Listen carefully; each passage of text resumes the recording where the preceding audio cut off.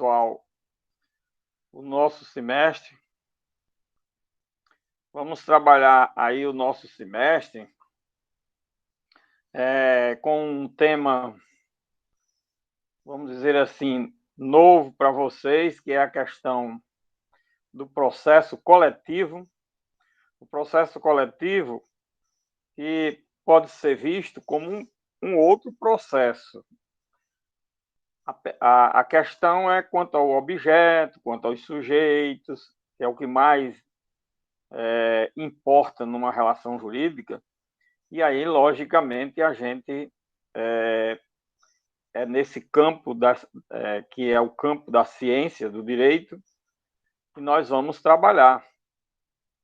Um processo coletivo e um processo individual, você olhando os dois instrumentalmente, não vai ter diferença nenhuma, né? Agora, visualizando sob a perspectiva da inteligência do conhecimento, aí a coisa é diferente, não é? Bom, pessoal, nós já disponibilizamos aí, né, Twila, o roteiro que eu indiquei para hoje, para a gente conversar aqui, né? Está disponível. Vamos falar primeiro do roteiro, depois nós vamos conversar. Hoje é para a gente conversar, para acertar os ponteiros aqui, os ponteiros, para ver como é que nós vamos trabalhar, tá bom? Primeiro, nós temos aí um roteiro onde indica no primeiro momento, em nosso primeiro contato, como vai ser o nosso semestre, né? Como vai ser o nosso módulo especificamente, né? Pois bem, nesse nosso módulo, como eu já falei, nós vamos trabalhar o processo coletivo. Agora, nós vamos trabalhar o processo coletivo sob que perspectiva? Esse aqui é o grande problema, o grande dilema, certo? E a perspectiva é a seguinte: primeiro, a gente tem uma visão de uma chamada teoria, vamos chamar assim, uma teoria especial do processo coletivo, certo? Como se teve uma teoria geral do processo, mas eu não sei qual foi a teoria geral do processo que vocês viram. Na teoria geral do processo de hoje, realmente tem que incluir o processo coletivo, mas nem todas as vezes o professor passa a teoria geral do processo coletivo na teoria geral do processo. Deve falar alguma coisa, deve explicar, mas nós vamos para determinados detalhes e informações que muitas das vezes não se tem essas informações e, logicamente, sem essas informações, nós não vamos conseguir entender o processo coletivo. Primeiro, essa denominação de processo coletivo aqui na universidade. A Universidade Federal do Rio Grande do Norte é uma das poucas, se não quase a única, em dar essa matéria dentro de uma sistematização que nós vamos trabalhar. Dessa sistematização que eu estou falando. Primeiro, uma visão de uma teoria geral de um processo coletivo. Depois, os processos coletivos em espécie. Se vocês olharem aí o roteiro, por favor, todo mundo acompanhe o roteiro, né? Sempre que tiver o roteiro de aula, todas as aulas têm roteiro. Ou é um roteiro criado por mim, ou é um texto legal que vai se analisar, que vai se seguir, certo? Nós vamos ter essas duas espécies de roteiros, né? Então, o de hoje é um roteiro de informações a respeito da matéria, né? Pois bem, nesse roteiro aí vocês vejam que tem a unidade 1 e a unidade 2. A unidade 1 é exatamente essa parte que eu chamo de uma teoria geral do processo coletivo, ou uma teoria específica para o processo coletivo, tá certo? Para poder a gente ter o domínio de trabalhar depois os chamados processos coletivos em espécie, que trata a unidade 2. Nessa unidade 1 é o que nós vamos nos valermos nesse semestre para a primeira avaliação. A primeira avaliação vai ser feita em cima dessa unidade 1, certo? A segunda avaliação compreenderá a unidade 2 e a terceira avaliação. Segunda e terceira avaliação compreenderá a unidade 2, que são os chamados processos, que nós chamamos aqui de processos coletivos em espécie. Algumas universidades, como eu estava falando, têm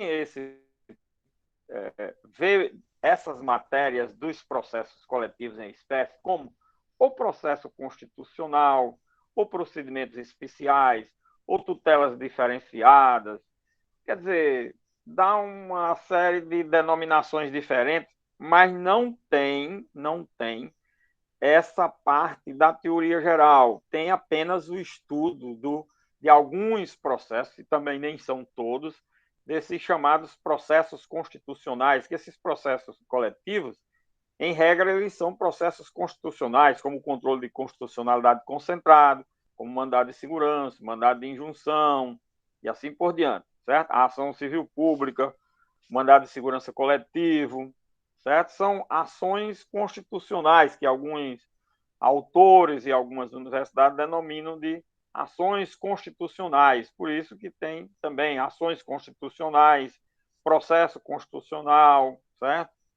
E assim por diante. Tem outras denominações, mas a forma de trazer essa matéria ao nosso conhecimento é muito diferente, não obedece a nossa sistematização aqui, ok? Então, nós temos que ter esse cuidado de saber como é que nós vamos trabalhar, no primeiro ponto, né? E aí, nessa parte da teoria, nós vamos ver dois temas relevantíssimos. E eu já vou dizendo, esses dois temas vão ser os dois temas objeto da primeira avaliação. Já para vocês que são curiosos na avaliação, e no primeiro momento no primeiro momento que eu digo aqui na universidade, vocês pensam muito na presença e na nota. Pronto. Embora nós estamos estudando uma ciência, o importante é ter o conhecimento. Dar logo uma informação. Direito não é uma ciência de inteligência. Direito é uma ciência de conhecimento. O que significa isso? Você tem que saber, você tem que se debruçar sobre a matéria. Você tem que ler muito. Você tem que se dedicar a estudar a matéria. A ciência de inteligência, ela é diferente. Ela, às vezes, você pode até resolver uma questão matemática, de física, sei lá, sem ter nem aberto um livro de física. Agora, você não resolve nada do direito se você não abriu um livro de direito e se você não vai ler, interpretar uma lei, se você não tiver visto alguma coisa sobre o direito, principalmente a parte da ciência do direito, para explicar. Porque ler um texto da lei, todo mundo lê. Compreender, conhecer, saber, interpretar, dizer, informar, passar uma ideia ou obter ideia sobre aquele texto, só quem tiver passado pela área da ciência do direito. Você pode até fazer uma leitura, pode até dizer, eu entendo que isso daqui está dito isso, mas isso não tem autoridade nenhuma de, de cientificidade, de certeza, de verdade, de nada. Isso é uma opinião sua. A opinião da pessoa não vale em ciência. Eu sei, eu estou dizendo umas coisas assim que parecem meio absurdo no momento em que nós estamos vivendo, mas, infelizmente, me desculpe, mas eu tenho que dizer assim, porque assim é, certo? Se assim não acham, é outro problema, mas assim é, certo? Então, nós estamos estudando uma ciência. Eu quero que fique bem claro isso. Estamos estudando uma ciência. E assim será tratado como ciência. Isso não prejudica nenhuma visão sociológica, política, econômica, antropológica, filosófica que você tiver sobre a matéria. Mas aí são outros campos, aí são outras áreas que você estuda em cada uma delas. Política é em ciência política, sociologia lá em Aspecto sociológico é lá em sociologia. Filosofia lá em filosofia. Antropologia lá em antropologia. Não tem problema. Você pode ter essa visão dentro de outras áreas da ciência. Não tem. Isso e pode ter sua opinião pessoal. Não é problema nenhum. Agora, nós vamos estudar uma matéria específica dentro de uma visão técnica científica, para você ter o domínio dessa matéria nesse campo técnico-científico, que é o papel da universidade, é o papel que cada um de nós exercemos. Eu, como professor, orientador, apenas um indicador de como as coisas devem ser postas, como você deve seguir um estudo técnico, científico, e vocês na condição de quem está tendo primeiro contato, as ideias, firmando ideias, concepções e conhecimentos sobre aquela matéria, para depois desenvolver o estudo. Aqui na universidade não se tem um estudo acabado sobre nada, não, na graduação. Graduação é para você ser informado das coisas. Não fique pensando que você vai sair daqui da universidade numa graduação sabendo as coisas, não. Você sabe como estudar, mas você não conhece ainda os institutos à altura do conhecimento que o instituto merece. Mas você já sabe, pelo menos, como é a técnica para poder se conhecer também aquela matéria, aquela ciência, o objeto em estudo. Como é que eu vou estudar também? Esse é um outro detalhe. Certo? Então, esses pontos aqui, eu gostaria de enfatizar logo para a gente ir verificando como é o modelo, como é a forma que eu vou expor. Eu vou fazer exposições de aula, nós vamos trabalhar daqui a pouco sobre esse assunto, como é que nós vamos desenvolver, tá certo? Mas irei expor, irei colocar aulas gravadas para vocês estudarem, se debruçarem sobre elas. Estou pensando também em ver como é que vai ser, só se vai ser aulas síncronas ou se eu coloco a aula, depois a gente comenta, ou comenta antes, ou eu vou ver se a gente cria uma forma. Eu só quero uma coisa, se vocês querem continuar o curso de Direito, se vocês têm a intenção de fazer Direito, embora não seja para seguir Direito, a gente às vezes se forma para ter a curiosidade, a gente se forma por determinadas... As conveniências da formatura numa área de conhecimento são as mais variadas possíveis e imagináveis. Não quero nem saber aí qual é, cada um tem a sua e cada um deve se respeitar a sua, o seu objetivo e o seu motivo pelo qual está fazendo o curso de Direito. Agora, se você está fazendo, vamos ter um pouco de sensibilidade. Primeiro, se conscientizar de que é preciso estudar. O professor não obra milagre.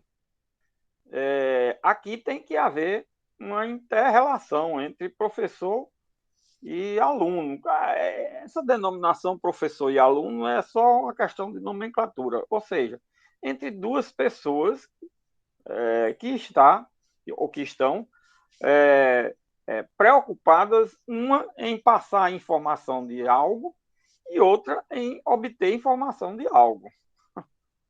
Eu espero que seja assim e que todos estejam com esse compromisso, né? Eu sei que tem uns, não, professor, eu estou aqui, que é isso? Para que eu estou aqui? Mas eu fico impressionado que em toda turma chega no final do semestre, a turma não sabe nem o que foi que eu disse a respeito de determinadas explicações que eu fiz de forma reiterada.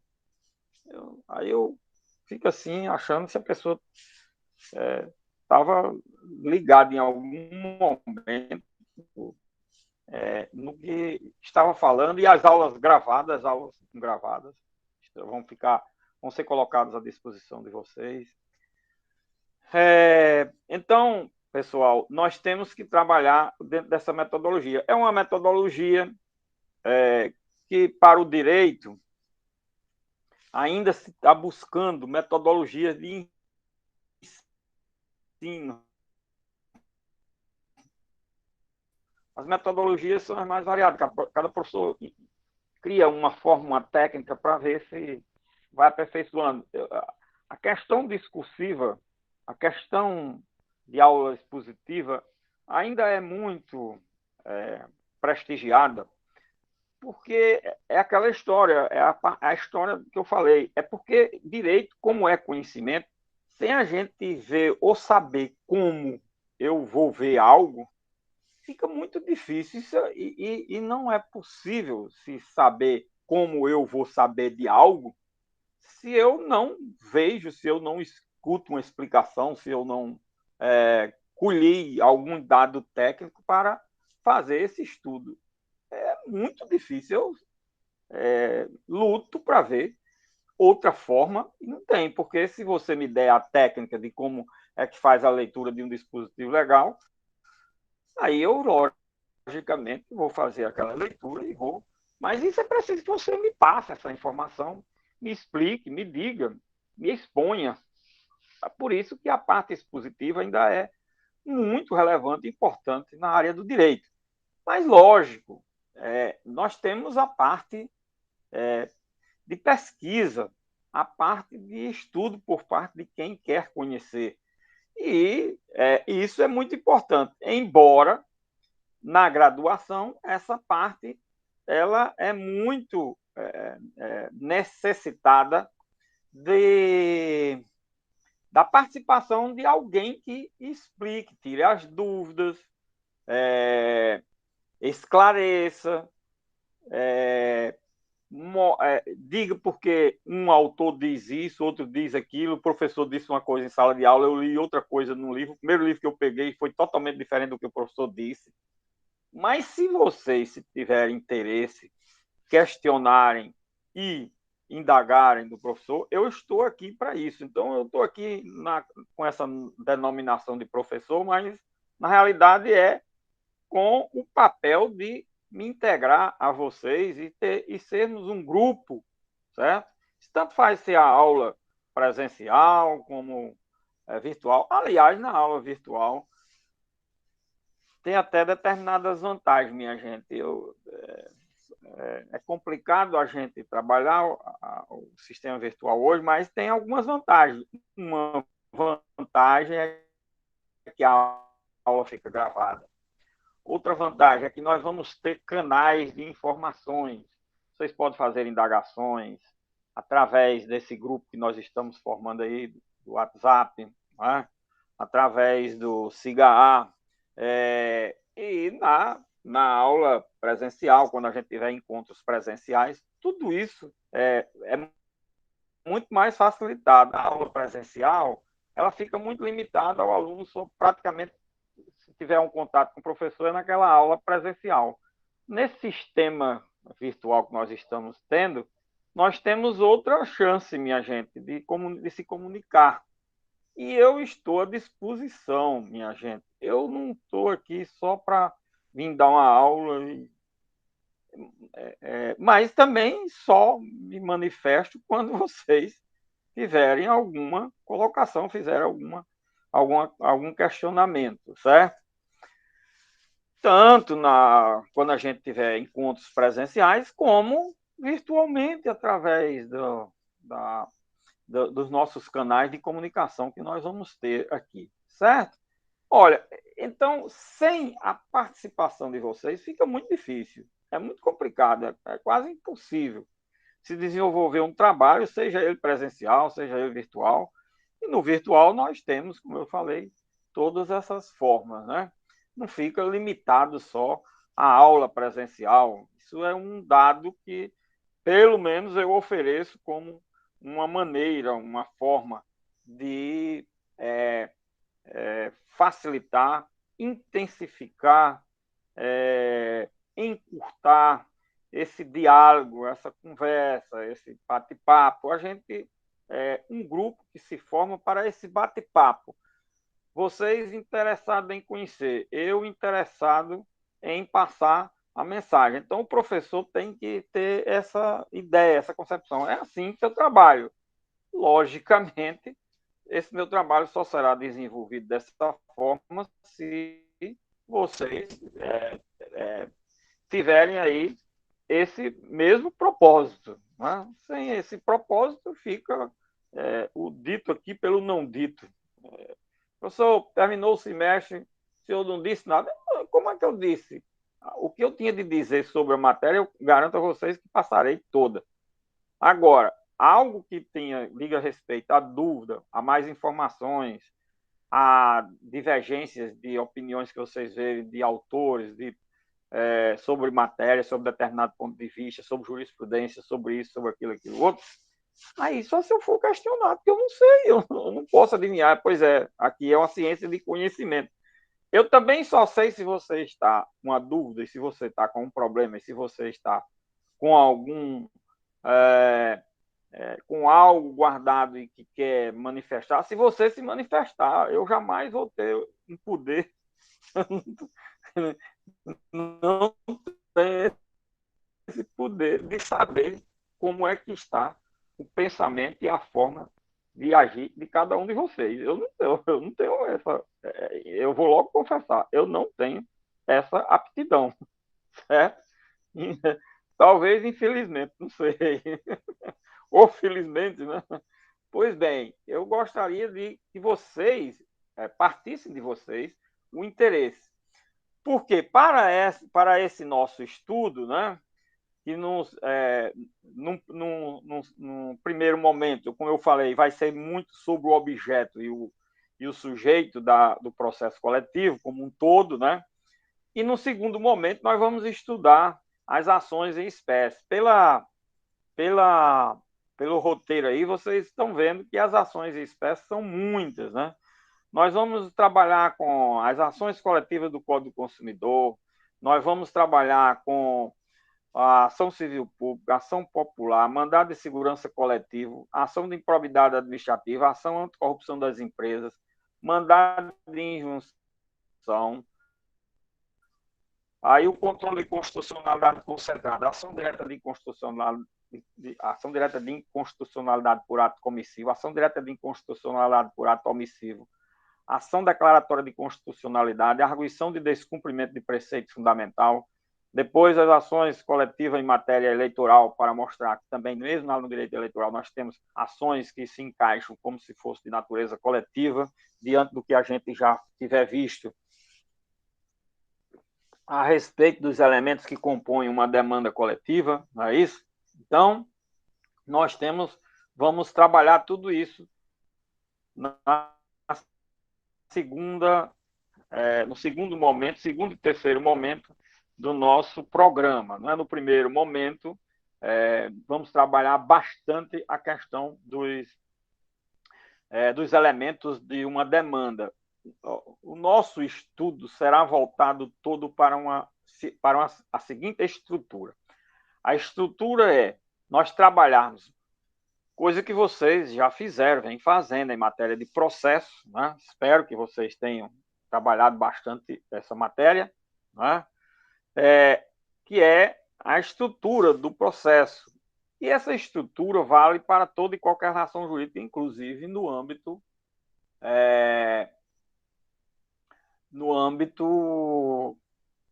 dos direitos materiais, né?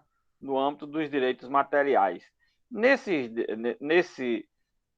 Em toda relação jurídica, né? Em toda relação jurídica, nós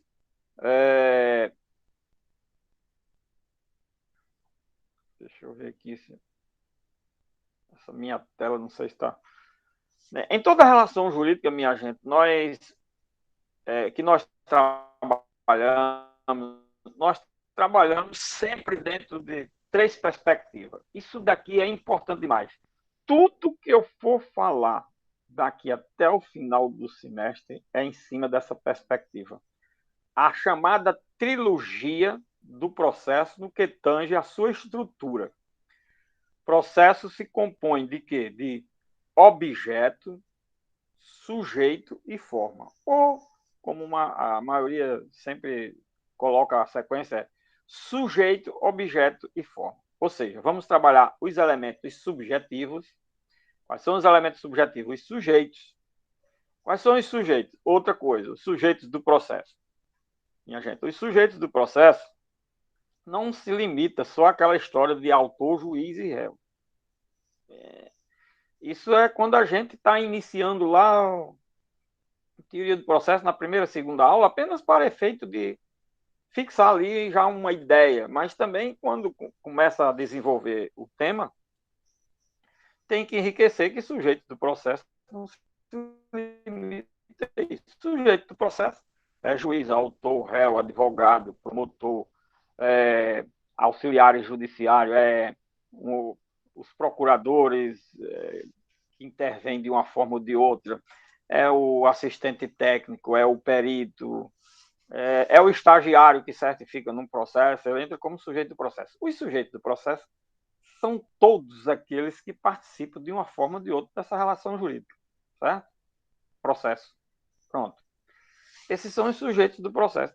Aquela limitação ao juiz, autor e réu. Lógico que o foco está mais centrado nessas três figuras, juiz, autor e réu. Não há dúvida. Agora, todos esses outros sujeitos, de uma forma ou de outra, eles participam. O estagiário até juntando um documento, botando uma certidão de trânsito em julgado, sei lá, fazendo qualquer coisa. Assinou lá, está lá, o sujeito do processo, participou do processo também, certo? Agora, claro, com relação ao fim do processo em si, os efeitos que vão produzir, o que vai se discutir, vai dizer respeito à questão dos sujeitos, né, com relação ao sujeito. Depois do sujeito, e nós trabalhamos os sujeitos como o elemento subjetivo de uma demanda. Os sujeitos são os elementos subjetivos de uma demanda. Por isso que há muita, nos livros, a linguagem, coisa julgada subjetiva, os elementos subjetivos, a visão subjetiva, tem muita coisa. Quando se fala nisso em processo, sempre, dependendo do contexto, logicamente, mas sempre é se referindo à questão dos sujeitos. Então, a visão subjetiva é com relação aos sujeitos, com relação ao juiz, né, com relação ao, ao, ao autor, com relação ao réu, mas aí tem a participação desses outros também, de uma forma ou de outra. Todos são sujeitos do processo. E aí, esse elemento subjetivo, sujeitos do processo. Bom, como elemento da demanda também, o elemento mais importante da demanda, aí nós temos o objeto. O objeto. O objeto é o elemento da demanda mais importante, porque o objeto é o elemento de toda e qualquer relação jurídica existente no globo terrestre, ainda enquanto tivermos aqui o globo terrestre como referência de mundo, certo? Em todo o mundo, porque nós só conhecemos essa bolinha aqui da Terra, essa besteirinha, essa coisa insignificante, que até um vírus acaba de um dia para outro, tudo, entendeu? Então,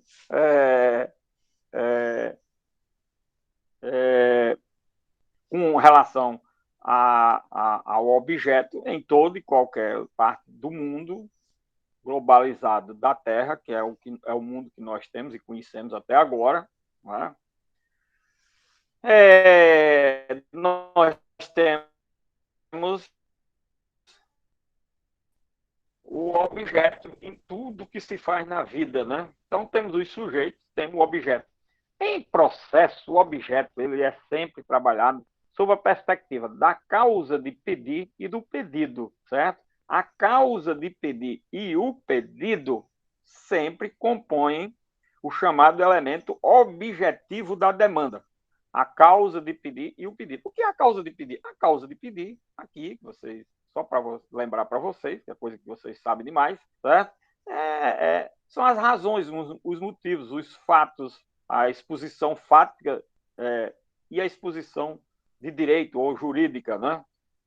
Os fatos e o direito que são postos como forma de compor a causa de pedir. Para que eu faça o quê? Um pedido, para que haja uma consequência que é o pedido, certo? O pedido que é aquilo que resulta do que eu falei no campo do fato e no campo do direito, certo? Esse pedido é também um elemento objetivo. Essa mesma estrutura eu levo, isso eu estou falando de uma petição inicial. Logicamente, vocês já estão vendo aí que eu tratei do objeto no que diz respeito à pretensão. Olha, objeto contra pretensão, que é aquilo que eu falei com relação a uma petição inicial. E se você olhar lá no artigo hoje 319 do Código de Processo Civil, você vai ver que ele tem essa estrutura, ele indica essa estrutura. Daqui a pouco eu vou falar dele. E nessa estrutura, nós temos exatamente o sujeito, o objeto, e o terceiro elemento, a forma, e como as coisas são postas, e como elas são apresentadas. Não é? A forma da petição inicial, a forma de se fazer um recurso, a forma de se do próprio processo, como é que é um processo no campo do instrumento, no campo documental, né? Porque processo, uma das coisas mais difíceis em processo é você distinguir processo de processo. Já sabe a diferença entre processo e processo? Olha aí, ciência de conhecimento tem esse problema. Nós utilizamos, às vezes, a mesma palavra com N significados, né? E aí é multifacetado, né? A questão conceitual, a questão das expressões utilizadas. E qual é a diferença entre processo e processo? Vamos logo fazer essa diferença, porque isso é tudo. Pode ser que você já tenha esquecido, não sei se o professor já falou. Uma coisa, quando vem na nossa cabeça, quando a gente utiliza a palavra processo, o que é que vem na nossa cabeça? O que é que vem na nossa mente? Quando a gente fala a palavra processo, na nossa mente vem exatamente uma quantidade enorme de processos nas prateleiras, em cima dos birôs, por aí assim. Quando a imagem era de processo físico, né? Depois, quando a imagem passou para ser virtual, do processo chamado eletrônico, virtual, aí a imagem é de existir dentro de um computador uma quantidade enorme de processos, uma quantidade enorme de ações, de demandas, as mais variadas possíveis, não é? Naquela forma que está lá num computador, que a gente visualiza através de um computador. Não é? Muito bem, minha gente. Então, nós temos aí o quê? O processo apenas como instrumento, como na realidade, isso daí não era para ser chamado de processo, mas não adianta. Botou-se na cabeça que isso é processo e acabou-se. Mas, na realidade, o que é que nós temos aí? Nós temos uma pasta de documentos. Então, processo, sob essa perspectiva, é uma pasta de documentos só. Certo? Processo número 85, 44, 99, 100, 2000, não sei o que lá. É o quê? A pasta de documento número tal. Pois é. Não passa disso. Certo? Mas quando a gente fala o nome processo, o que vem na nossa cabeça é isso. E isso é uma visão apenas de uma linguagem comum, que também qualquer pessoa, mesmo que nunca tenha passado pela Faculdade de Direito, nem saiba nem sequer ler e escrever, ela vai ter exatamente essa noção. Ela vai falar a palavra processo e se você perguntar, processo eu vejo assim, é um monte de documento por lá, de qualquer coisa lá. Pois bem, essa é uma visão comum, conhecida de todos, utilizada por todos, não é? Porém, nós temos o outro processo, que esse é o que nós estudamos na faculdade, esse é o processo que nós temos como processo como objeto da ciência, certo? Como uma matéria que é estudada cientificamente. Esse processo científico, ele é composto de quê? Ele é composto de conceitos, classificações, características, uma série de dados e informações para compor o tipo de objeto que é objeto de estudo da ciência do direito, o processo, tá certo? Então, ele é composto, vamos chamar assim, de forma resumida, de conceitos abstratos dados pela ciência para se compreender e entender esse ramo da ciência do direito. Ok? É esse o detalhe, o que é a diferença entre processo e processo. Minha gente, quando eu entrei na faculdade, eu já sabia muito o que era um processo no primeiro sentido. Eu trabalhava em cartório. Né? Cartório, cartório judiciário, que hoje são as secretarias dos juízes. Né? Na época não era secretaria, na época era cartório. Certo? Na época não era diretor de secretaria, era escrivão titular, escrivão substituto. Essa era a terminologia, essa era a estrutura da justiça de um cartório judicial, de uma secretaria, que hoje é a Secretaria Judiciária, chamado hoje de diretor de secretaria, e da secretaria de cada juiz. Hoje todas as justiças têm suas secretarias, não é mais os cartórios. Né? Mas na minha época era assim. Então eu entrei na faculdade, sabendo muito que era um processo no primeiro sentido. Eu trabalhava com ele. Agora, eu era zero ao quadrado, ou 1 bilhão para trás. Eu não sei como era. Eu só sei que eu não sabia nada a respeito de processo como ciência.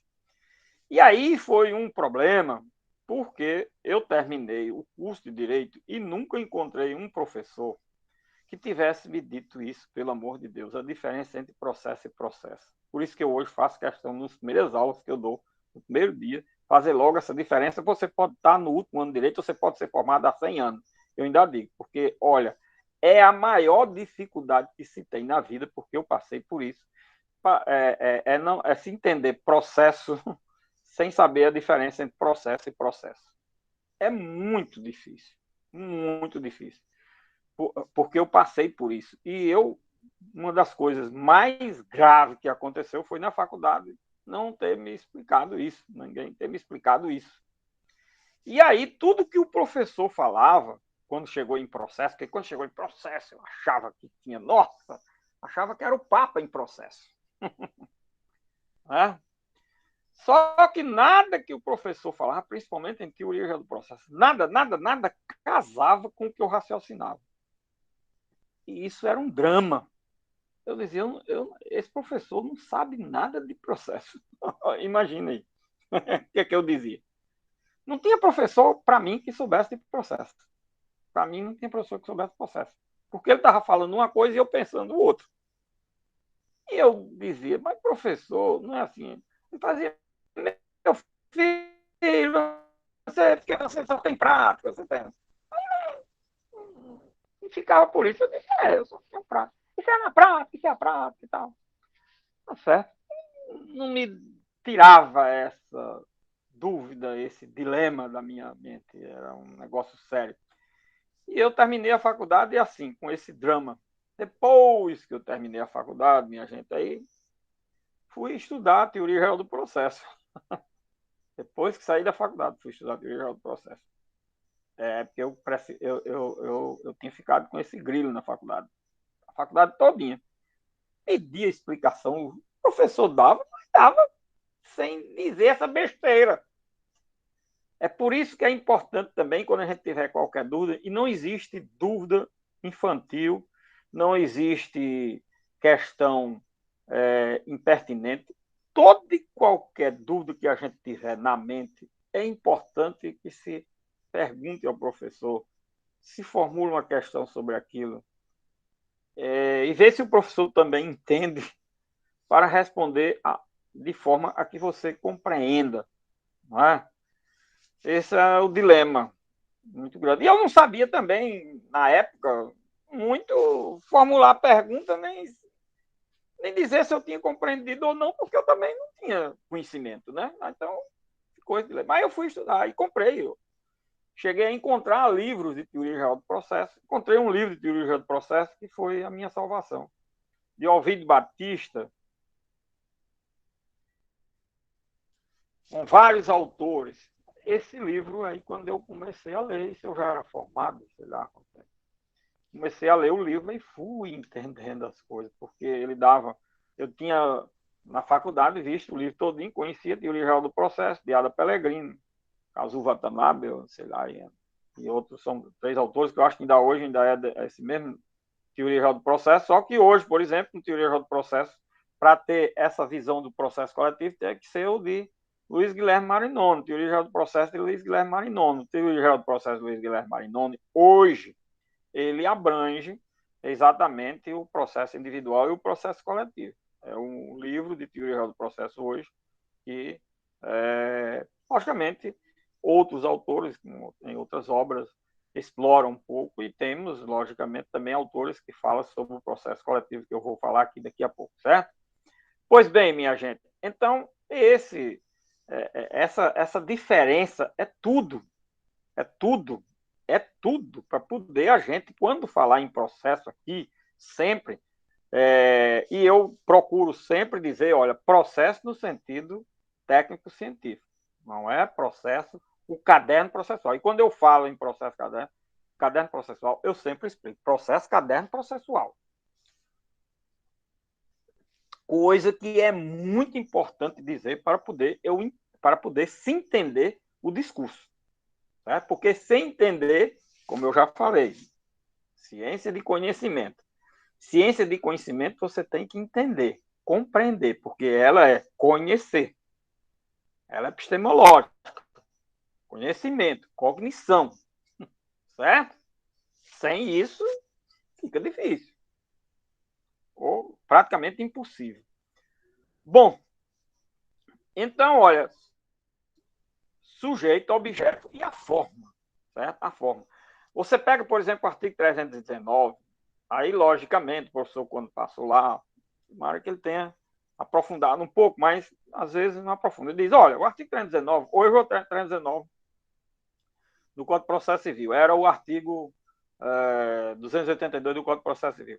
Esse artigo, ele prevê a forma de fazer a petição inicial. Você sabe como é que faz uma petição inicial? Olha, primeiro você se dirige ao juiz, depois você coloca o nome das partes, a qualificação completa, aí depois você expõe os fatos e o direito, certo? Aí indica a prova, certo? Indica o valor da causa. Ou seja, é certo. Esse artigo ele trabalha com duas coisas. Ele trabalha com a forma da petição inicial, é uma coisa, é bom saber disso, certo?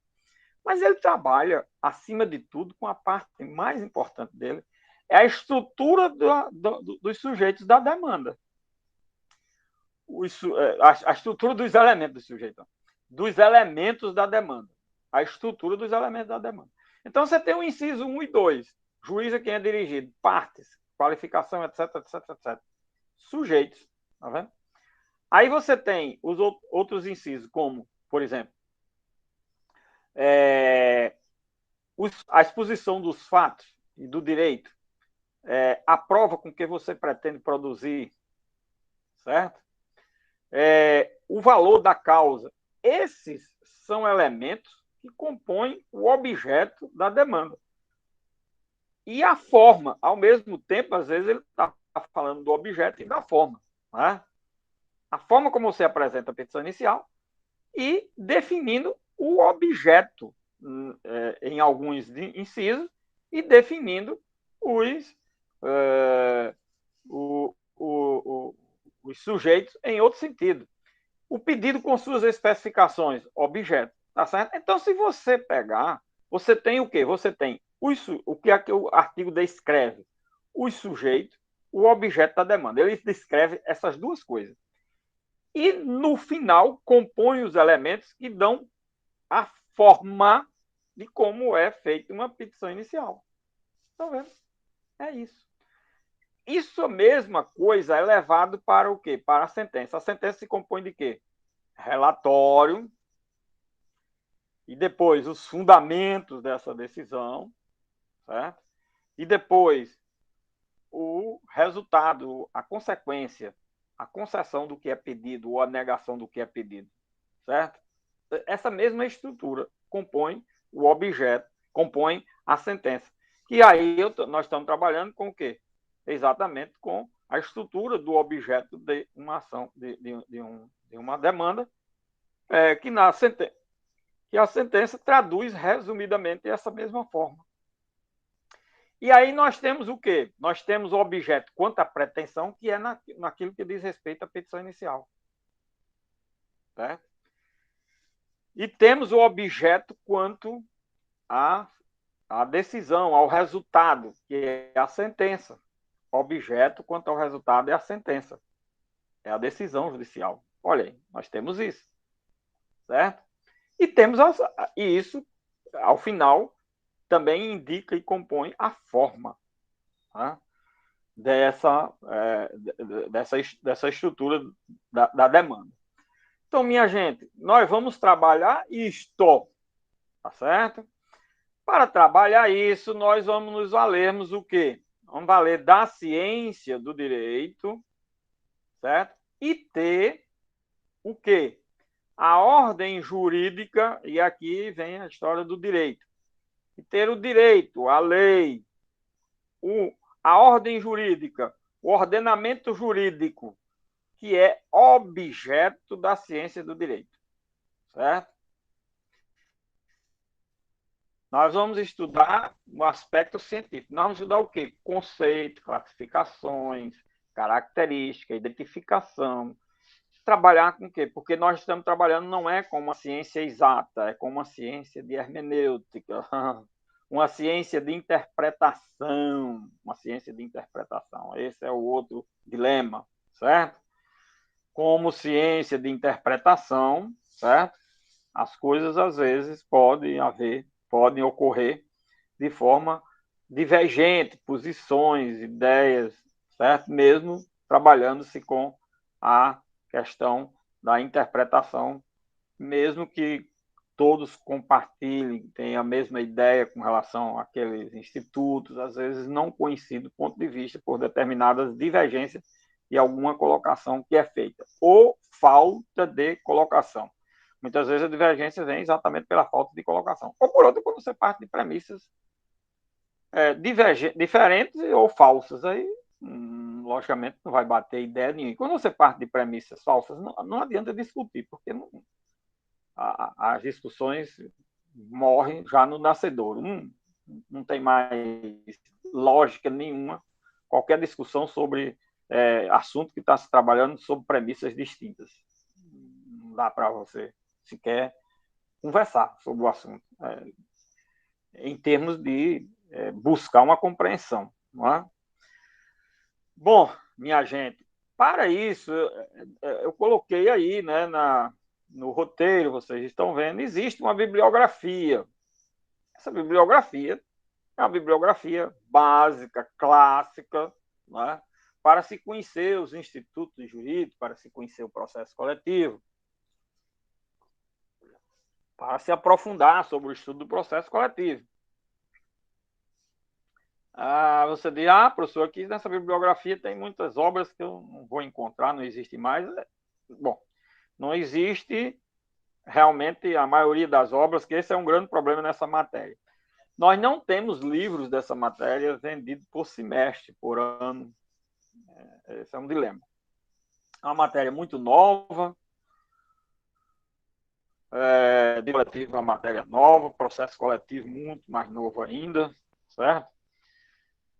E o que é que nós temos, assim, professor, de coisas mais que a gente pode encontrar atualizado? Bom, nós temos aí, eu vou citar aí de Ada Pellegrini, por exemplo, o primeiro livro de direito coletivo do Brasil, é um livro que tem aí de Ada Pellegrini, nesse roteiro da bibliografia, Tutela dos Interesses Difusos.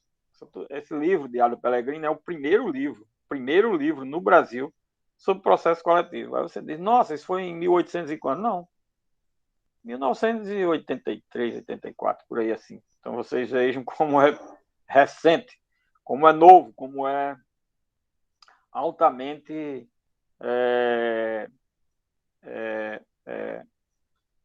novo e de pouco tempo para se ter uma ciência e um estudo amadurecido sobre o assunto. Por isso que é uma matéria que tem muita divergência, certo? pouca informação ainda, por incrível que pareça, embora hoje, logicamente, muito diferente de uns 20 anos atrás, uns 15 ou 20 anos atrás, quando eu comecei a ensinar essa matéria, aí sim, era muito mais pobre, né? Paupérrimo, não tinha nada quase, e eu tive que ensinar já nessa época, há mais de 15 anos atrás.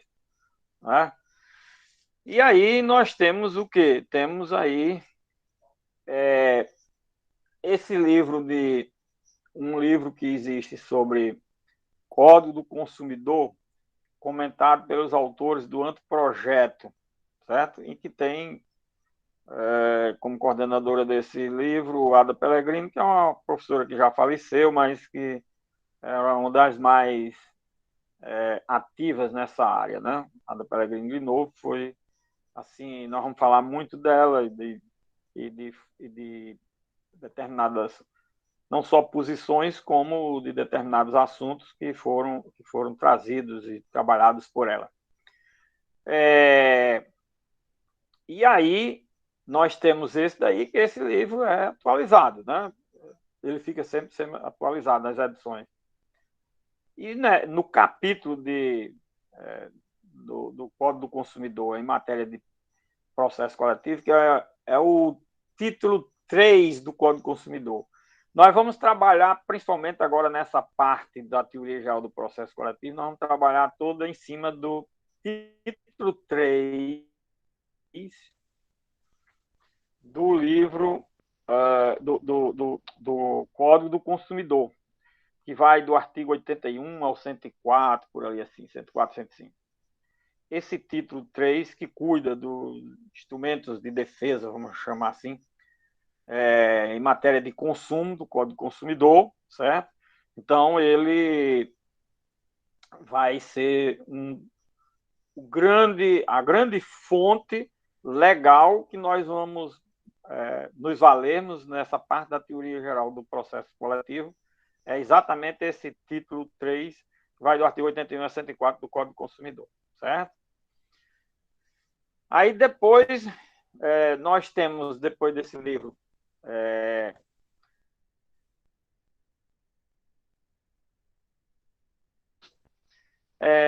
o livro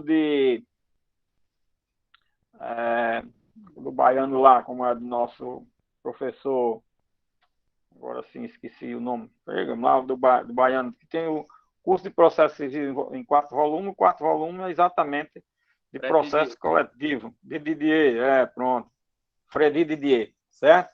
O de Freddy Didier, né? Que é também um livro, esse é o que sai aí nas coleções de Freddy Didier, né? Então, só também essa parte, esse livro todo, praticamente só essa parte da teoria geral, para você ter uma ideia. Um volume todo só dessa parte da teoria geral. Né? Bom, aí nós temos os livros que tiverem sobre Código de Consumidor, sempre tem um capítulo referente ao processo coletivo. Mas o que eu recomendo para uma leitura e buscar, principalmente nesse primeiro momento, esse diálogo Pellegrini, porque nos assuntos que nós vamos tratar, tanto de sujeito como de objeto, nós temos exatamente pontos específicos lá, muito bem trabalhados por Ada Pellegrini, Kazuo Watanabe e outros autores, certo?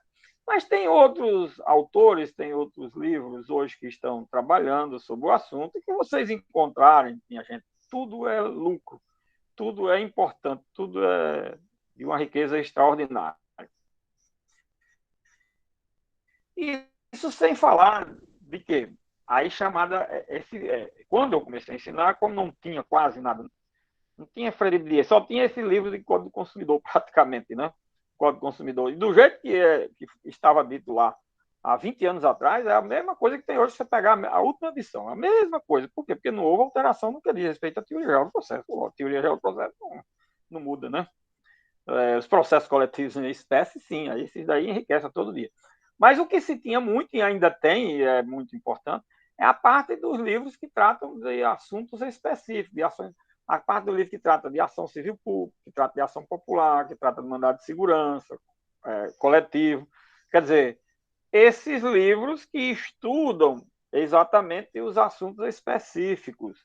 Agora, No estudo desses assuntos específicos, muitas coisas que são ditas lá servem para outros processos, não só serve para aquele processo, né? Aquela espécie de processo. Isso foi o que me forneceu no início do curso os elementos, os dados sobre isso. Tem um autor aí, Mancuso, tem esse autor aí que é muito bom. Ele tem a ação civil pública dele, é um livro muito importante, muito bom. E tem um livro, praticamente uma teoria, direito a coisas julgadas no direito coletivo, uma coisa assim, mas se fosse uma espécie de teoria geral do processo coletivo. Então, é muito bom esse livro também, A Coisa Julgada do Processo Coletivo. Tem um autor também muito bom, Antônio Gidi, né? Aí está citado um livro dele sobre litispendência, coisa julgada, certo? Muito bom também esse autor, tudo que vocês encontrarem dele, Antônio Gidi e outros tantos, certo? Hoje, esse processo coletivo, minha gente, nós vamos ver isso aqui, mais na frente nós vamos falar bastante disso, ele vem se aperfeiçoando e vem se irradiando em duas grandes vertentes, certo? Processo coletivo. Nós vamos, na medida que a gente for estudando, nós vamos analisando tudo isso, certo? Essas duas grandes vertentes do processo coletivo são os chamados processos coletivos sancionatórios cíveis, administrativos ou judiciais. Processos, eu estou trazendo aqui uma denominação bem genérica, mas a doutrina resume sempre em o chamado direito administrativo sancionatório, fala muito disso. Eu diria o seguinte, é um direito civil sancionatório, certo? Direito civil sancionatório. Aliás, tem até um grupo de estudo nosso da universidade, certo? Em que eu faço parte, integro como outro professor como coordenador desse grupo de estudo, pontes processuais, se alguém se interessar até de ter um campo de pesquisa na universidade, um banco de pesquisa e um grupo de estudo, nós temos esse grupo de estudo na universidade, pontes processuais, certo? Esse nosso grupo de estudo é exatamente para estudo dos direitos do processo civil sancionatório e do controle de constitucionalidade concentrado, certo? São as duas grandes linhas de pesquisa que dentro de cada uma delas nós temos sublinhas de pesquisa, né?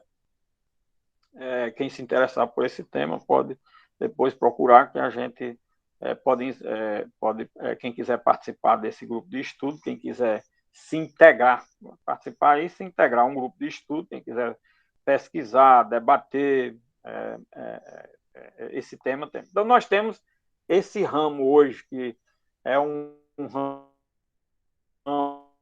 ramo muito destacado no direito. E o outro é do chamado processo estruturante. Nossa, como é falado também, né? O processo estruturante, e aí nós temos muitas obras hoje. Então, os autores hoje estão mais preocupados nessa parte de processos estruturantes e de processos civis ou administrativos sancionatórios. São os dois grandes ramos que surgem, advêm exatamente do processo coletivo. Agora, nós vamos estudar aqui a base para poder entender e depois quem quiser seguir carreira, estudo, pesquisa, o que for numa área dessa, aí o campo é super fértil, certo? E rico, muito rico, no sentido horizontal e vertical, de matéria e de profundidade dos assuntos, do conhecimento sobre os mais variados assuntos. É um processo também que está na ordem do dia. E é o processo que vai estar na ordem do dia o resto da vida. Por quê? Porque são processos, são matérias, são temas que, se você pegar qualquer jornal do dia, em algum lugar do jornal, você vai ter uma notícia a respeito dessas matérias. Lógico, eu estou falando só que tem uma notícia lá. Não estou falando que, pelo amor de Deus, se aprender bulhufa nenhuma de processo dessas notícias. De jornais e revistas. Mas qualquer jornal ou revista que você pegar, vai ter na ordem do dia. Seja uma ação de constitucionalidade, de controle de constitucionalidade, seja uma ação de improbidade, anticorrupção de empresa, seja o que for, civil pública, seja um mandado de segurança coletiva, qualquer um deles está na ordem do dia. Qualquer um deles, quando não tem vários na ordem do dia. Então, não tem um dia sequer que os temas que nós vamos tratar aqui são temas muito sensíveis na sociedade nos dias atuais, não estejam na ordem do dia e não sejam objeto de notícias. Né? Bom, esse dado é muito importante, muito interessante para se saber. Agora, minha gente, vamos falar um pouquinho daqui, como nós vamos trabalhar isso. Eu gostaria que vocês colocassem alguma sugestão. Agora, sugestões que sejam substanciosas. Por exemplo, não venham me dar sugestão de prova ser marcando com X. Isso não é uma sugestão. Isso é uma pueribilidade, elementariedade, vulgaridade. Em direito, prova marcada com X, para mim, e zero é a mesma coisa. Eu não posso trabalhar com uma matéria que eu vou, para me manifestar de qualquer maneira, escrever, no mínimo uma página de alguma coisa, e me resumir a estudar e conhecer sob a perspectiva de um X, de uma opção A, B ou C, qual é a versão correta. Isso é de uma pobreza. Jamais. Então, eu vou logo dizer, afastem essa possibilidade. Isso não existe. Para mim é em direito. Eu não aceito, não, porque direito, eu aceito o seguinte, olha, eu faço um tipo de prova, de avaliação, prova, negócio de prova, avaliação é oportunidade de você saber, conhecer, ter o domínio da matéria no futuro e saber, pelo menos agora, a parte inicial, embrionária da matéria. Aí eu não, minhas provas não são essas provas. Você tem 2 horas para fazer uma prova. Você pode até ter 5 minutos ou 1 minuto para falar sobre um conceito de uma coisa, eu pedir, sei lá, é uma coisa. Agora, dizer que uma prova, fazer que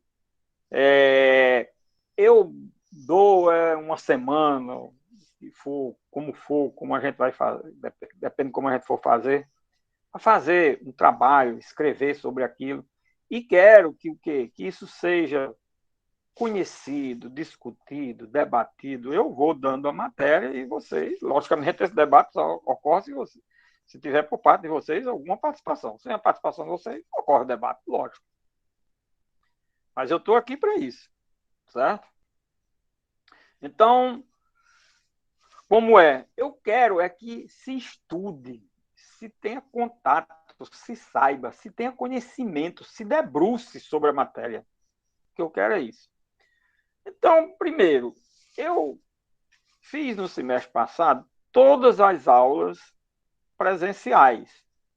E vou estar aqui nesse semestre, todos os dias de aulas presenciais. Mas eu queria, sei lá, fazer um teste com vocês, de como eu tenho todas as aulas de cada tema gravada, distribuir antes, certo? A aula. E vocês assistirem a aula tranquilo, sem minha participação. E no dia da aula síncrono ou presencial, o que a gente vai fazer? Uma análise, um estudo, um debate, um questionamento sobre a matéria. Eu dou indico 2, 3 aulas, vocês estudam aquelas 2, 3 aulas. E aí a gente vai, na realidade, eu vou experimentar se na parte presencial ser mais explicando a aula. Por quê? Primeiro, para ver se é uma metodologia para a gente. Bom, em direito é isso. A metodologia sempre é um teste. Eu não sei. Também tem uma coisa, não deu certo, acabou. Acaba-se no outro dia. Aqui não tem esse problema de ser nada nem perfeito, nem acabado, certo? Eu apenas faço uma indagação e deixo aí também para vocês pensarem, raciocinarem. Eu gostaria que vocês pensassem muito comigo. Gostaria, né? Muito. Que vocês também pensassem, que vocês também dessem opinião. Eu vou ver. Como eu tenho mais experiência, eu já posso dizer, olha, essa daqui eu já utilizei. E pode ser também, porque também essa história dessas metodologias, às vezes dá certo com um professor, não dá certo com o outro, não sei. Olha, com o professor tal tem sido muito bom, tal forma. Mas Professor, professor qual às vezes não tem forma, briga, Ana. o senhor comentou agora essa metodologia e o professor Carlos Wagner, no semestre passado, ele usou parecido. Ele tinha 2 aulas na semana, uma na segunda e uma na sexta. É o Aí na mesmo caso da sexta, minha, das exato. Aí nossas também. na sexta ele passava as aulas assíncronas no YouTube. E na Hum, segunda-feira a gente discutia assim, algum caso, ou então dúvidas. Eu achei pois que foi é. muito produtivo. Eu tô, nós fizemos um seminário sexta-feira de professores. Eu escutei, eu assisti para escutar os professores. Eu achei muitos professores estavam utilizando esse método. Eu achei muito interessante, certo? Quero fazer com vocês isso, entendeu? Se der certo, a gente faz o semestre todo, e na medida em que as coisas fluírem de forma a ser vantajosa, porque não se engane, o que eu quero é que vocês saibam as coisas, pelo amor de Deus. Eu quero que vocês conheçam, saibam, utilizem meios de aprender. Agora, em direito, não existe um método que não se enfrente a coisa. Por exemplo, eu ponho as aulas vão ficar gravadas. Se vocês não forem assistir aulas, minha gente, essas aulas, e anotarem, que aqui é diferente, né? A anotação de uma aula em sala de aula, você perdeu o que o professor disse, não ficou, acabou-se. Aqui tem uma vantagem, a aula está lá gravada, você vai para lá, anota, tira as dúvidas. Por quê? Como eu estava falando, primeiro é uma matéria de conhecimento. Segundo, nós não temos muitas obras. Depois vocês, nessa situação de pandemia, ainda a indisponibilidade das coisas são só virtuais. Você não pode ir numa biblioteca buscar um livro. Estudar direito sem livro é complicado. Muito complicado. Só de trabalhos da internet, textos pequenos. Eu sei que vocês acham texto grande de 20, 30 páginas, 40, 50. Eu acho isso uma insignificância, não está dizendo nada, quase. Mas já é um começo, né? Mas para mim é insuficiente. Para mim é pouco, né? Mas como não tem agora a disponibilidade de livro é difícil, né? Eu notei que na pandemia a situação foi piorar. Apesar da gente ter a parte. Nós temos, eletronicamente, nós temos tanto as minhas. Aí agora nós temos as minhas aulas, aí as aulas. O que eu quero dizer? As aulas se prestam a ser o quê? Uma fonte de informação. Aí você tem aula de qualquer professor sobre aquela matéria, sobre aquele assunto na internet, que você tem de tonelada por segundo. Tá? Aí você tem textos, você tem posições, você pode discutir, etc., formar opinião. E aí a gente faria exatamente isso, né? Daria uma. Olha, vou expor, vou colocar para a aula de vocês todas as aulas, ou uma e outra não, eu faria a aula presencial para a gente fazer esse bate-papo. Aí eu queria a participação de vocês, porque a participação em... Primeiro eu coloco para vocês formulário pergunta, o que leram, o que entenderam, o que não estão entendendo, certo? Sobre a aula, porque é o seguinte, como eu falei, a questão da bibliografia é difícil. O que eu dou em aula, minha gente, foi reunião de coisa que eu consegui em mais de 50, 60 livros. Eu vou colocar vocês para ler 50, 60 livros, nem no semestre todo, para fazer uma primeira prova. Não vai dar, vocês não vão conseguir, nem ninguém conseguiria. Mas está tudo numa aula, às vezes, né? Está tudo numa aula, vocês vejam como é interessante. Né? Aquilo que vocês passariam uns 5 anos para ler, vocês passam em 5 horas sabendo de tudo, o que está dito numa aula. Veja como é diferente. Né? Depois até, Tuíla, aqui eu gostaria de fazer uma reunião, você, como é nossa colega agora, Maria, não consegui. Tanágara tá por aí? Tô sim, professor. Opa, Tanágara, nossa, seu nome eu vou... Se eu errar, pelo amor de Deus, alguma vez, me perdoe. A gente já está acostumado, professor. É normal. Nas turmas sempre é o meu e o dela seguido, todo mundo se confunde. Vocês estão acostumados, já erraram. Eu vou começar a errar agora, viu? Cuidado, pelo amor de Deus, me deu desconto. Tudo bem, professor, tranquilo. Tanágara, se eu chamar alguma hora Tangará, pelo amor de Deus, não me perdoe, não é? Já estou acostumada. Inclusive, o Google sempre diz, você quis dizer Tangará? Ora, o Google quer saber diz isso, imagina eu, né? Imagina. Pois bem, Tanágara, vamos ter uma reunião, vamos ver se a gente consegue hoje aí, Tuíla, vocês têm uma disponibilidadezinha aí, eu não sei, de 11 horas, meu Deus, não sei qual seria o melhor horário aí para vocês. A gente conversar um pouquinho, certo? Para a gente começar a trabalhar aí alguma forma de metodologia aí diferente, para a gente fazer umas experiências aí, tá certo? Vamos fazer experiência.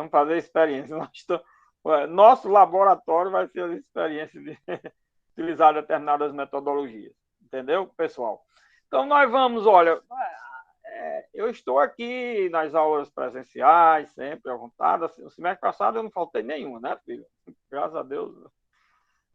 Apesar dos pesares aqui das internets da vida, do sistema virtual, de aparelho. Olha, hoje eu estou com um computador, com um tablet, com o celular, mas tem horas que o computador e o celular engancharam.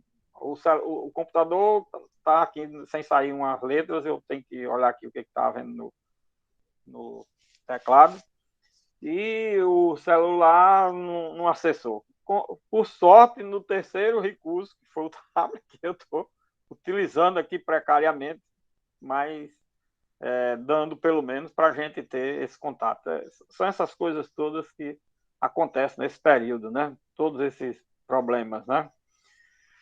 Muito bem, minha gente. Olha, aí no roteiro também, então nós vamos trabalhando, a avaliação será isso, será um trabalho sempre sobre determinados pontos, e a gente vai trabalhando nesses debates sobre divergência de jurisprudência, e se vocês encontrarem divergência de ponto de vista doutrinário, pode me dizer que eu explico, pelo amor de Deus.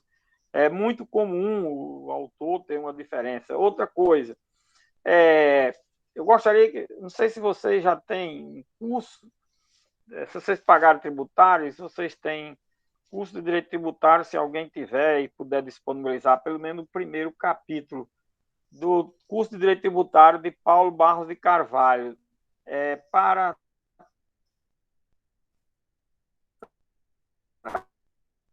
trabalhar uma ideia a respeito do que ele fala sobre essa questão da ciência e do objeto. Olha, nós temos aqui, vocês viram o processo individual até agora. Por que é processo? Qual processo vocês viram? Vocês viram o processo chamado processo individual. Processo individual por quê?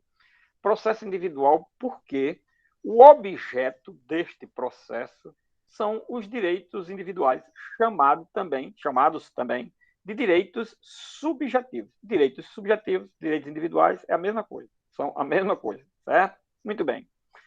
Agora, o que é o processo coletivo? O processo coletivo não é que o processo vai... Aquela história que eu falei. Não é que instrumentalmente ele vá ser diferente. Ele é a mesma coisa de um processo individual instrumentalmente. Agora, qual é o objeto dele? Os direitos coletivos. Aí é que está o dilema. Os direitos coletivos, certo? Aí, por isso é que ele se chama processo coletivo. Ele é processo coletivo porque o objeto do processo coletivo são os direitos coletivos. E aí nós temos, com isso, minha gente, nós fechamos aquilo que está na Constituição, que é a garantia dos direitos fundamentais individuais e coletivos, que diz assim a Constituição, tá certo? E aí nós temos o quê? Tutelas jurisdicionais, tutelas processuais, tutelas instrumentais para a defesa desses direitos. E direitos individuais, quando o direito for individual. Coletivos, quando o direito for coletivo. Olha aí as coisas como são. Tá certo? Então, nós temos, olha, primeiro o processo civil se subdividindo em dois grandes ramos. Quais são esses ramos? Direito, processo na defesa dos direitos individuais e processo na defesa dos direitos coletivos. O processo em si, como instrumento, é um só. Você olha você bota dois processos físicos em cima de uma mesa, um individual e um coletivo, você não vai fazer diferença nenhuma em razão daqueles dois pacotes de documento que tem ali, não. Não vai fazer diferença, não vai ver diferença nenhuma entre um e outro. Nadinha. Onde é que você vai ver a diferença? No objeto do processo como ciência. Certo? No objeto como processo como ciência. E aí, na causa de pedir, olha como o objeto é importante. O objeto é importante porque ele define o instituto jurídico, ele identifica, ele dita, aponta sua natureza jurídica. O objeto tem esse papel, certo? E ele é quem nos dá o norte para classificar todos os institutos jurídicos, quando há diferença entre um e outro, onde é que nós vamos buscar a diferença? Nós vamos buscar a diferença no objeto. O objeto é como contrato. Qual é a diferença de um contrato para o outro? Seu objeto. Na sua descrição do objeto, nas suas características. Mas, professor, o professor disse que era nas características. Sim, o que, é que são as características? As características que indicam o objeto. Exatamente isso, minha gente. Tá certo? As características são aquelas que indicam o objeto. Entendeu? Então, tudo é muito importante, certo? Tudo é muito importante para a gente trabalhar. Eu vou trabalhar com isso. Então, nós vamos trabalhar. Outra coisa, eu trabalho aqui muito, nós vamos trabalhar, inclusive, aulas e mais aulas vão ser como roteiro, vão ter como roteiro o quê? O próprio texto da lei.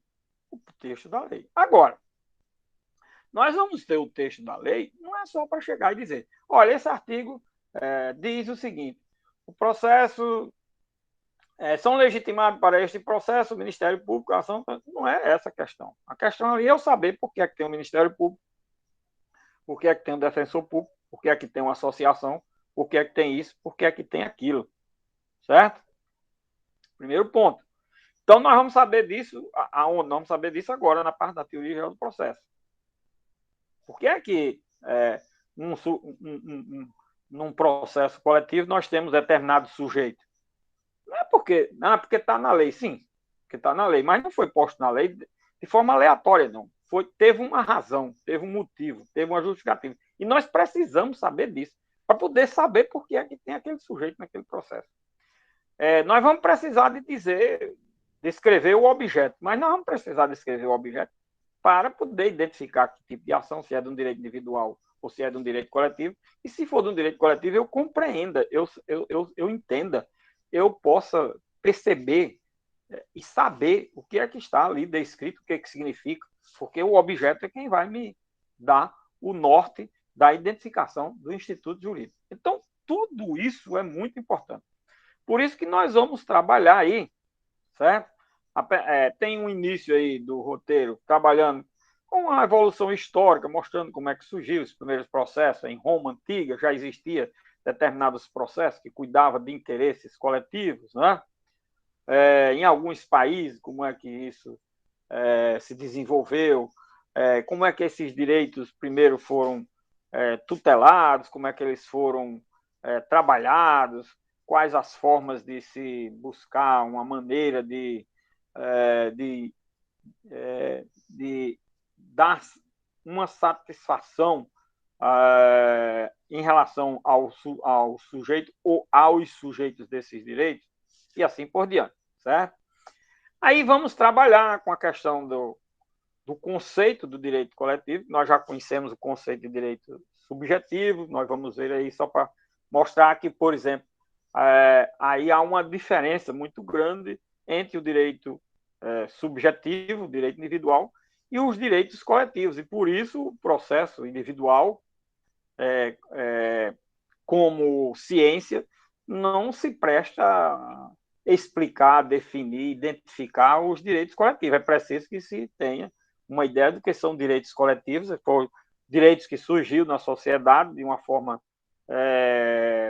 mais intensificada nos últimos anos, nas últimas 2 décadas, mas que vem sendo trabalhado depois da Segunda Guerra Mundial, e a evolução da sociedade, dos meios de produção, de relações jurídicas em massa, uma série de fatores, proteção de meio ambiente, proteção de consumidor, responsabilização no campo desses direitos, tendo em vista a proteção que deve ter com relação à massificação desses direitos, o interesse muito acentuado, quer pela quantidade de pessoas, quer pela intensidade da qualificação desses direitos, e assim por diante. Então, foi surgindo esses direitos coletivos de forma a que se viesse a colocar uma posição que, olha, precisa de um processo para a defesa desses direitos. Como é que... E quem é que vai defender esses direitos? Vamos ver, por exemplo, na questão da legitimidade. Onde é que... Quem é legitimado para um processo? Quem é legitimado para um processo é quem é titular do direito. Quem, de uma forma ou de outra, tem interesse na relação jurídica de direito material. É o próprio titular do direito material legitimado para agir e para responder à demanda. Tá? Agora, se o direito coletivo não é mais o meu direito, é o nosso direito. Porque quando é o meu direito, eu sei quem é o legitimado, certo? Agora, quando o direito é de todos, quem é o legitimado? Começa aí. Mas também como é que eu vou saber que o direito é de todos? Que espécie de direito eu estou tratando? Então, primeiro eu tenho que saber que espécie de direito eu estou tratando. Se eu estou tratando de direito individual, eu sei quem é que vai ser o titular dessa ação, quem é o titular desse direito e quem vai ser o titular dessa ação, quem vai ser o legitimado a agir nessa ação. Agora, se eu tenho direitos coletivos, que já não são mais meus, já são nossos, aí eu já não posso estar dizendo que eu vou proteger esse direito, me arvorar no nome dos outros. Não, não é assim. As coisas não são assim. Técnica e cientificamente não são assim. Então, é preciso que se encontre uma forma para a legitimidade. E é preciso que eu identifique no objeto que esse direito é também diferente de um direito individual. E assim por diante, certo? Aí a forma que eu vou apresentar é outra, é uma maneira diferente de ver as coisas, os efeitos da decisão, tudo isso. Por isso que nós vamos ver muito, trabalhar muito aqui a questão do objeto quanto à pretensão, que é o que diz respeito a uma inicial, ao que se pretende. E aí, quando se fala em pretensão, aí já compreende a defesa, que é em cima daquilo que foi objeto da pretensão, não é isso? E o objeto quanto ao resultado, que é a sentença, a decisão judicial, certo? Então, é preciso que a gente coloque as coisas nos devidos lugares para poder se trabalhar bem isso. Minha visão mais ou menos é essa. Na medida que a gente for trabalhando, minha gente, eu vou, logicamente, desenvolvendo ideias, pondo situações, indicando, sim, a indicação de obras, posições doutrinárias, de autores, tudo. Por exemplo, vocês terem uma ideia, só para vocês terem uma ideia. Hoje, quando se fala a palavra princípio, para falar direito, você imagina a forma multifacetada que se tem do que é direito. O que é direito? Imagina.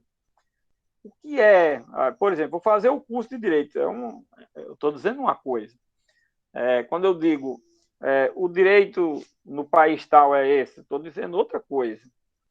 Quando eu digo assim, o direito de fulano, o fulano tem um bom direito, já estou dizendo outra coisa. Então, eu utilizei aí a palavra direito em 3 situações, cada uma diferente da outra. Você imagina aí. Quando eu falo de princípio, por exemplo, os princípios disso, princípio daquilo, só para vocês terem ideia, só vou dizer 3 formas de se ver os princípios, por exemplo. Princípio é uma expressão que se utilizou muito principalmente na década de 80, 70, para trás, certo? Como conhecimento inicial de uma matéria, de uma área da ciência do direito. Então, vocês vejam o seguinte. Por exemplo, o pai de Celso Antônio Bandeira de Mello. Vocês sabem que Celso Antônio Bandeira de Mello é um grande administrativista brasileiro. Acho que é praticamente o autor que se cita hoje como o curso de Direito Administrativo dele. Eu acho que o professor gostaria que todos os alunos tivessem o curso de Direito Administrativo de Celso Antônio Bandeira de Mello. Né? O pai dele, Oswaldo Antônio Bandeira de Mello, foi o administrativista fundador da faculdade, que ele depois passou a ser o grande professor, Celso Antônio. O pai dele foi o fundador do curso de Direito Administrativo e 1000 coisas. Aí ele trabalha, por exemplo, tem aqui até o livro dele, Princípios de Direito Administrativo. Iam ser 3 volumes, ele escreveu 2. Eu tenho esses 2 volumes. Princípio. Cada livro nessa espessura. Só que esses...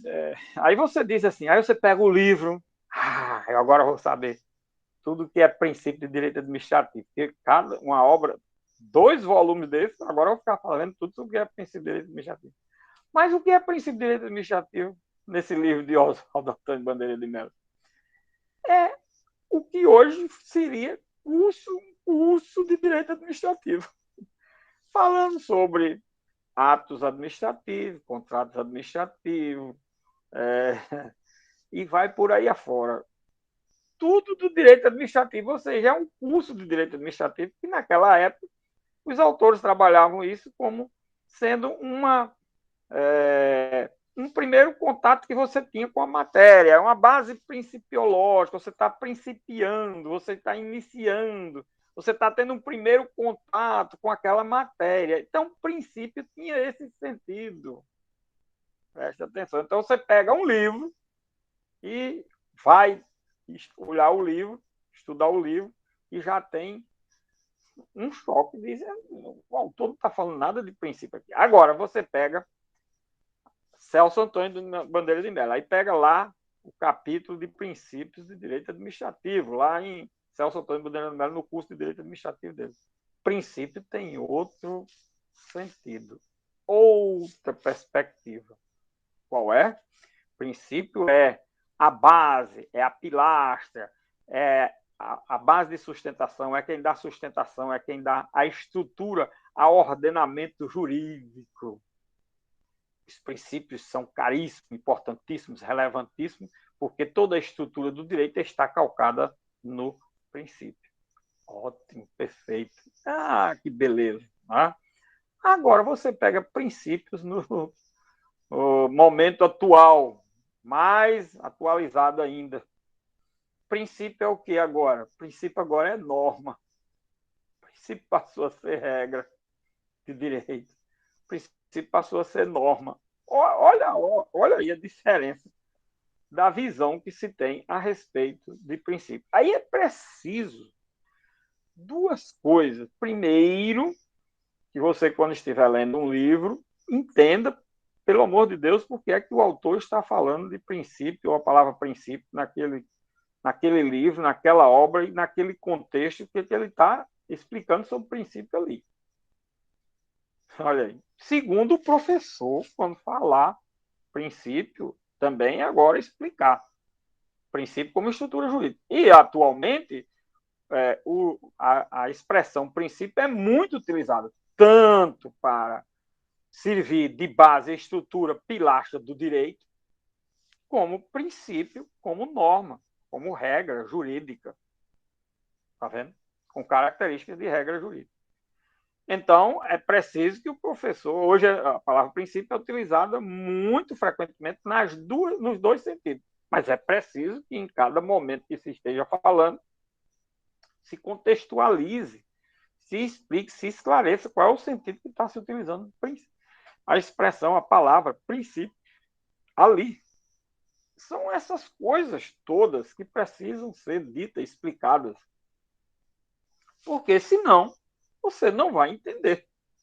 Então, nossa análise do direito é dentro daquela visão analítica do direito, certo? Dentro daquela visão analítica do direito.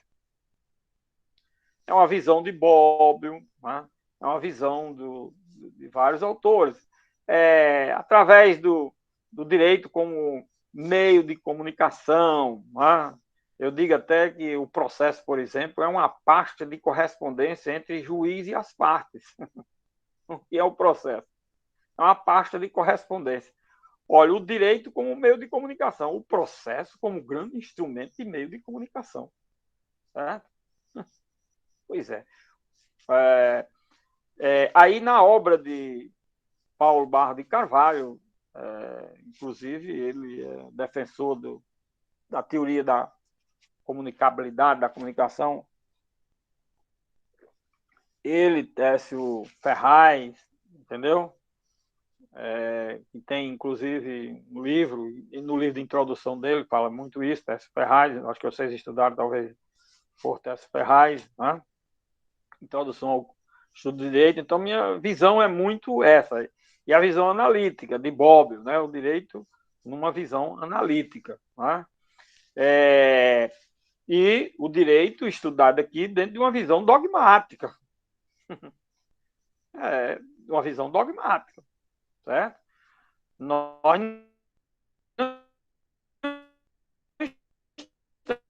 não... filosofia é outra cadeira. Sociologia é outra cadeira. História do direito é outra cadeira. Antropologia jurídica, não sei nem se tem essa cadeira.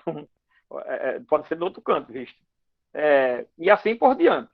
Aqui é o direito como dogmático. Não é o direito como zetética. Você pode ter essa visão de zetética lá na introdução ao direito, para mostrar que o direito também pode ser visto de forma zetética. Né? De Técio Sampaio Ferraz, lá na introdução ao curso de direito.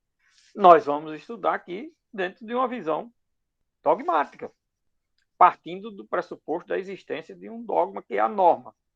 Mas não é... Aqui eu também não coloco dogma como sentido fechado totalmente. Eu coloco dogma como você tem que partir de uma determinada premissa. O dogma aqui é nesse sentido.